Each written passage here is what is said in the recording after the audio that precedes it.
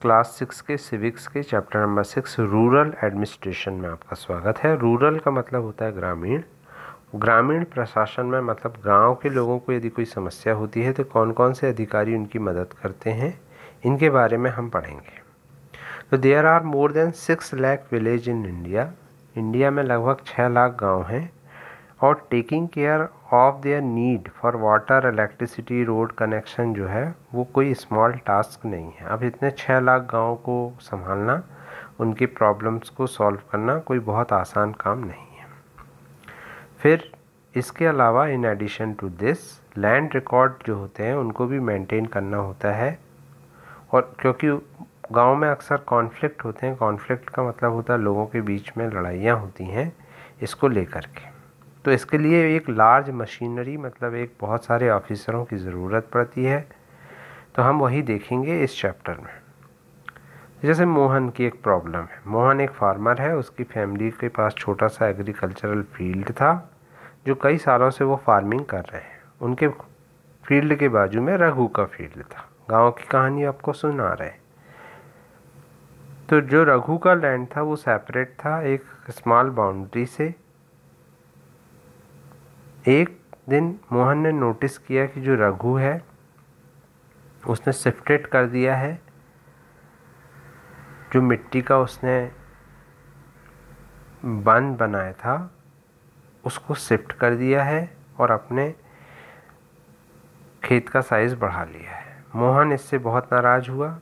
रघु की फैमिली से वो थोड़ा सा डरता था क्योंकि उसके जो अंकल थे वो सरपंच थे, परंतु वो रघु के घर गया।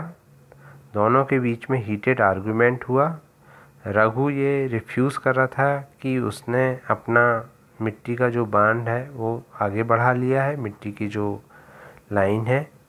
उसने अपने हेल्पर को बुलाया और उन मोहन के ऊपर वो चिल्लाने और पीटने लगे और मोहन को बहुत बुरी तरह से हेड और हैंड में इंजरी हुई।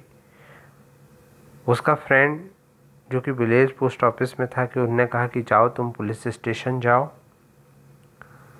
दूसरे लोगों ने कहा कोई मतलब नहीं है, पुलिस स्टेशन जाके बहुत सारा पैसा खराब होगा। रघु की फैमिली के ऑलरेडी पुलिस स्टेशन से कनेक्शन है। बहुत डिस्कशन होने के बाद मोहन ये डिसाइड हुआ कि मोहन पुलिस स्टेशन जाएगा नेबर्स के साथ जिन्होंने उस घटना को देखा है। पुलिस स्टेशन के एरिया में एक नेबर ने पूछा, Why don't we spend some more money and go to main police station? उनने कहा मोहन से कि क्यों नहीं हम बड़े पुलिस स्टेशन चलें। तो मोहन ने कहा ये क्वेश्चन पैसे का नहीं है। We can register the case only in police station. हम इसी पुलिस स्टेशन में जाके केस रजिस्टर कर सकते हैं क्योंकि यही हमारा एरिया में आता है। हमारा जो विलेज है वो इसी पुलिस स्टेशन के एरिया में आता है। Every police station has an area that comes under its control. All person in that area can report a case और इन्फॉर्म। वहाँ पर लोग इन्फॉर्म कर सकते हैं कोई थेफ्ट, एक्सीडेंट, इंजरी हुई हो उसके बारे में। Police of that station inquire, investigate और टेक एक्शन। पुलिस क्या करती है? इंक्वायर करती है मतलब जांच पड़ताल करती है, इन्वेस्टिगेट करती है और एक्शन लेती है।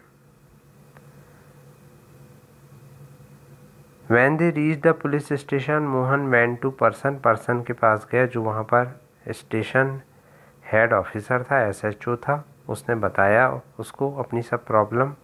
वो कंप्लेन देना चाहता है ऐसा उसने कहा। तो जो SHO ने उसको एक तरफ डांट कर भगा दिया और कहा इतनी छोटी सी कंप्लेन कोई लिखेगा क्या। मोहन ने उसको इंजरी दिखाया परंतु SHO ने विश्वास नहीं किया। मोहन बहुत पजल्ड था कि वो क्या करे। उसने अपने नेबर्स को बुलाया। उन्होंने कहा he was not sure that why his complaint was not being recorded. उसको ये पता नहीं था कि इसकी कंप्लेंट क्यों नहीं पुलिस वाले रिकॉर्ड कर रहे हैं। He went and called his neighbour into the office. They argued strongly. उन्होंने उस SHO के साथ आर्ग्यू किया। उन्होंने बताया कि मोहन को उसके सामने पीटा गया है। और यदि वो लोग नहीं बचाते तो और बुरी तरह पिटता।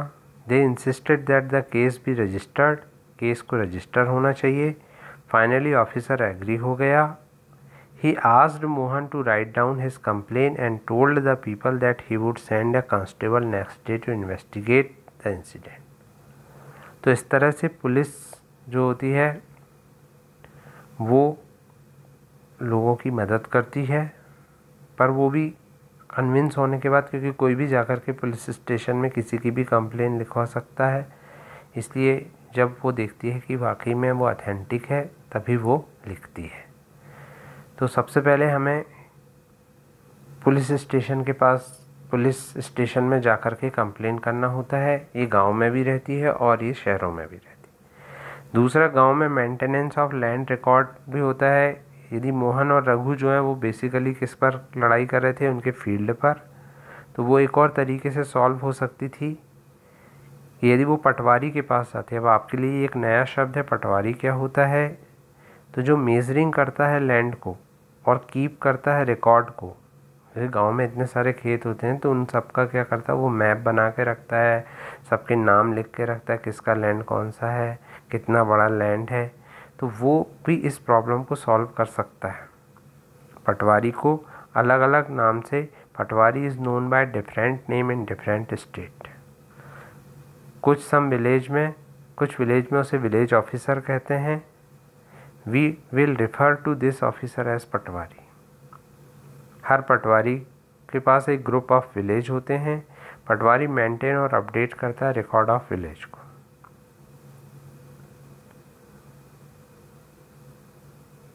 और इस तरह से मैप और खसरा बनाकर वो रखता है।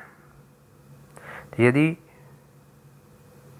पटवारी के पास ये दोनों जाते तो पटवारी मेज़र करके बता देता कि किसकी बाउंड्री कितनी बड़ी है और इनकी प्रॉब्लम सॉल्व हो जाती। इस तरह से गांव में पटवारी भी जो होता है वो कॉन्फ्लिक्ट को सॉल्व करने में मदद करता है। Patwari is also responsible for organising and collection of land revenue from farmer and providing information to government about the crops grown in the area। पटवारी जो होता है वो टैक्स लेता है, लोगों से कलेक्ट करता है और गवर्नमेंट को इन्फॉर्म करता है क्रॉप के बारे में, रिकॉर्ड को कैप्ट करता है और उनको अपडेट करता है। फार्मर में change crops grown on their field. Farmer जो होते हैं अपने क्रॉप्स को चेंज कर सकते हैं और वेल खोद सकते हैं। ये सारे जो है रेवेन्यू डिपार्टमेंट इन सब चीज़ों का रिकॉर्ड रखता है। और पटवारी का जो वर्क है वो खसरा रिकॉर्ड कहलाता है, जिसमें सारे आइडेंटिफिकेशन होते हैं लैंड के।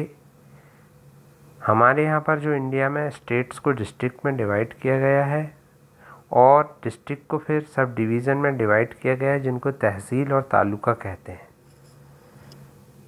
डिस्ट्रिक्ट कलेक्टर जो होता है वो डिस्ट्रिक्ट का हेड होता है और उसके नीचे बहुत सारे रेवेन्यू ऑफिसर और उनके नीचे तहसीलदार होते हैं।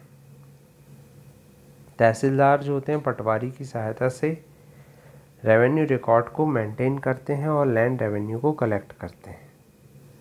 तो इस तरह तहसीलदार का काम भी पटवारी के काम से ही जुड़ा हुआ होता है।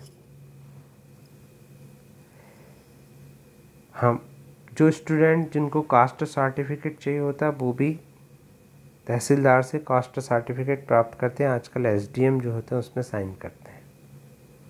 आजकल कुछ स्टेट में जो रिकॉर्ड्स हो रहे हैं वो कंप्यूटराइज कर दिए जाते हैं ताकि लोगों को आसानी से मिल जाए। अब आपको क्यों लगता है कि आखिर ये भूमि का रिकॉर्ड या जो लैंड का रिकॉर्ड है ये क्यों चाहिए?